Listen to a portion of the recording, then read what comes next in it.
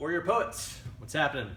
Hey, I'm answering a question one of my followers posed to me, and that was, hey, how much training can I do on my own? Do I have to go see somebody like you or some other trainer, or how much can I do on my own? And right off the bat, I'd say there's good news. You can do a whole lot on your own, and this is what I love as well. I'm more of an autodidactic. I like reading big fat books and studying and figuring stuff out on my own. So when you're training and trying to become a better protector, there's hope for you. You can scour the internet and find 95% of the stuff in the self-defense world is just trash, and then there's this golden 5% that you can grab. The hard part for you will be separating the wheat from the chaff.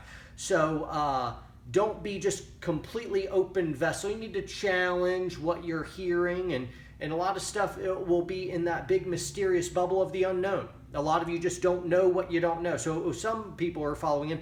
You don't really have a protective mindset. You maybe played some video games or something else like that. And the hardest part for you is you don't realize all the nuances for self-defense, for gunfighting, for protection, and you're just kind of a blank slate. The very first big wake-up moment is to realize you really need to train if you're going to be a protector.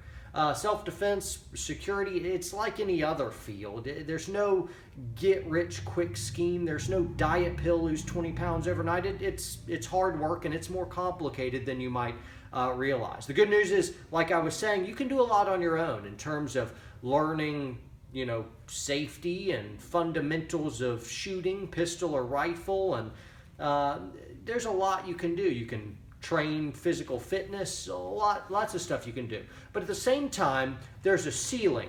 You're never going to really become the protector or the warrior without actually investing in some good training.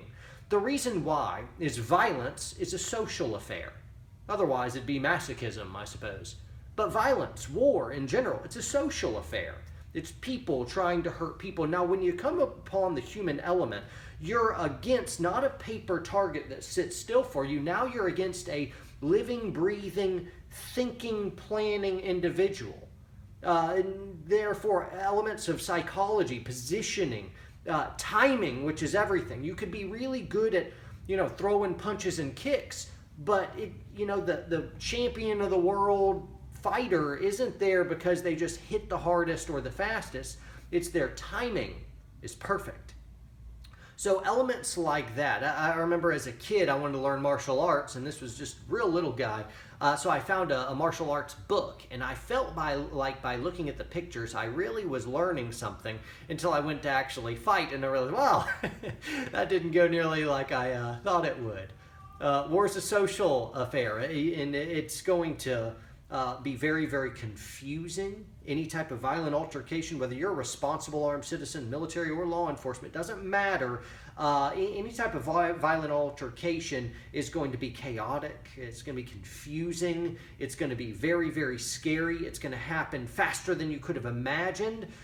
Timing and position, all those things play in, and you can't replicate those on your own, and in fact, you can't even practice them on your own. You need people. Since violence involves people, our training must involve people as well.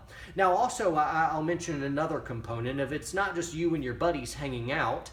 It's also finding someone with experience and the ability to break things down and broaden your gaze so that first we can get our philosophy of protection right, so that then our footsteps may follow. You'll notice in the Olympics just finished up, all the athletes have coaches. Why do you think that is? If they're so good, why do they need coaches?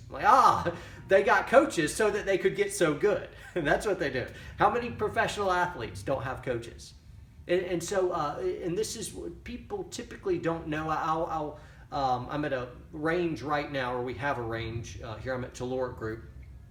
And I'll see guys that come in that have been shooting longer than I've been alive, and I'll watch them, and I see their mistakes. I can spot it from across the firing line. I'm like, yeah, I could get in there in a few minutes, make them a faster, more accurate shooter than they've ever been in their life. Just a few minutes. I train federal agents on a just continual basis, sometimes daily basis. And a lot of them just don't know what they don't know. So I make it easy for them. I'm like, listen, I'll make you in 1 hour a faster, more accurate shooter than you ever have been in your entire life, or I'll give you your money back. And so that's kind of the challenge. No one has ever asked for their money back. Maybe they're just being polite, but I don't think so. Coaches are able to help you. They're able to see stuff that you're not able to see. So train on your own. Figure stuff out. I encourage you to. But you're only going to get so far on your own. Invest in training, and it is far better investment than buying 30 guns. Sell 29 of your guns. Get good training. Hey, Warrior Poets, it's not good enough just to train hard. You need to train smart too. Stay safe.